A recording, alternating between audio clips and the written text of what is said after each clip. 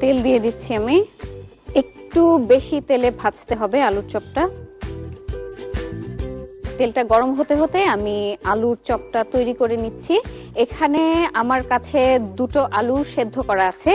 এই আলুটার মধ্যে আমি একটা ডিম দিয়েছি, পেঁয়াজ দিয়েছি পরিমাণ মতো, পেঁয়াজ কুচি, কাঁচামরিচ কুচি দিয়েছি, পুদিনা পাতা একটু দিয়েছি, একটু ময়দা দিয়েছি এবং দেওয়ার পরে একসাথে সবগুলোকে আমি একটা ডো আগেই তৈরি করে রেখেছি। ডোটা আগে তৈরি করা থাকলে কিন্তু আমাদের জন্য খুব সুবিধা হয়, কারণ সারাদিন রোজা রাখার পরে ইফতারের সময়টা যত ঘনিয়ে আসে কাজ করার শক্তি কিন্তু ততটা থাকে না। একটু গোল করে নিচ্ছি। গোল করে আমার এখানে ডিম একটা আমি ফিটে নিয়েছি এবং ময়দা আছে আমার কাছে। তো আমি ডোটা থেকে এটাকে একটু গোল করে প্রথমে একটু ময়দায় মাখিয়ে নিচ্ছি। এটাকে একটু ডিমে দিতে হবে। এরপরে আমি এটাকে ব্রেড ক্রাম্বে দিচ্ছি। কোট করা হয়ে গেছে আমার। এইভাবে 2 থেকে 4টা আমি তৈরি করব। অতক্ষণে কিন্তু আমার তেলটা যেহেতু আগে দিয়ে নিয়েছি, তেলটা কিন্তু ভালো করে গরম হচ্ছে এবং হতে কিন্তু খুব বেশি সময় লাগবে না, কারণ এমনিতেই আলুটা সেদ্ধ করা। পেঁয়াজ কাঁচামরিচ তো আমরা এমনিতে কাঁচাও খেতে পারি। একটু ময়দায় দিচ্ছি, একটু ডিমে ভিজিয়ে নিচ্ছি এবং তারপরে ব্রেড ক্রাম্বে দিচ্ছি। ব্রেড ক্রাম্ব করা কিন্তু খুব কঠিন কিছু না। টোস্ট বিস্কিট গুঁড়ো করে এটা তৈরি করা যায়।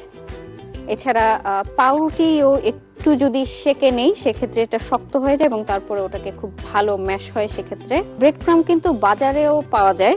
বাজার থেকে যদি আপনার বেশি কষ্ট হয় সেক্ষেত্রে আপনি বাজার থেকেও কিনে আনতে পারেন, কারণ যেহেতু সারাদিন রোজা রাখবেন হয়তো এতটা সময় হয়ে উঠবে না। তারপরে খুব বেশি কিন্তু সময় দরকার হয় না যদি বাসায় ভালো করে তৈরি করা যায়। আমার কোট করা হয়ে গেছে, আলুর চপগুলো তৈরি হয়ে গেছে। এখন আমি এটাকে তেলে ছেড়ে দেব।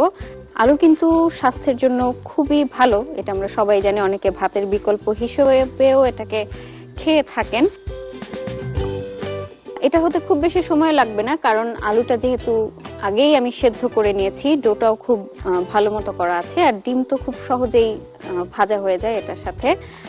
এবং বলছিলাম যে কিভাবে নতুনত্ব যোগ করলাম। আপনারা তো বলবেন যে আলুর চপ তো সবাই পারে, এখানে কিন্তু আমরা বেসন ব্যবহার করিনি, বেসন দেইনি এখানে।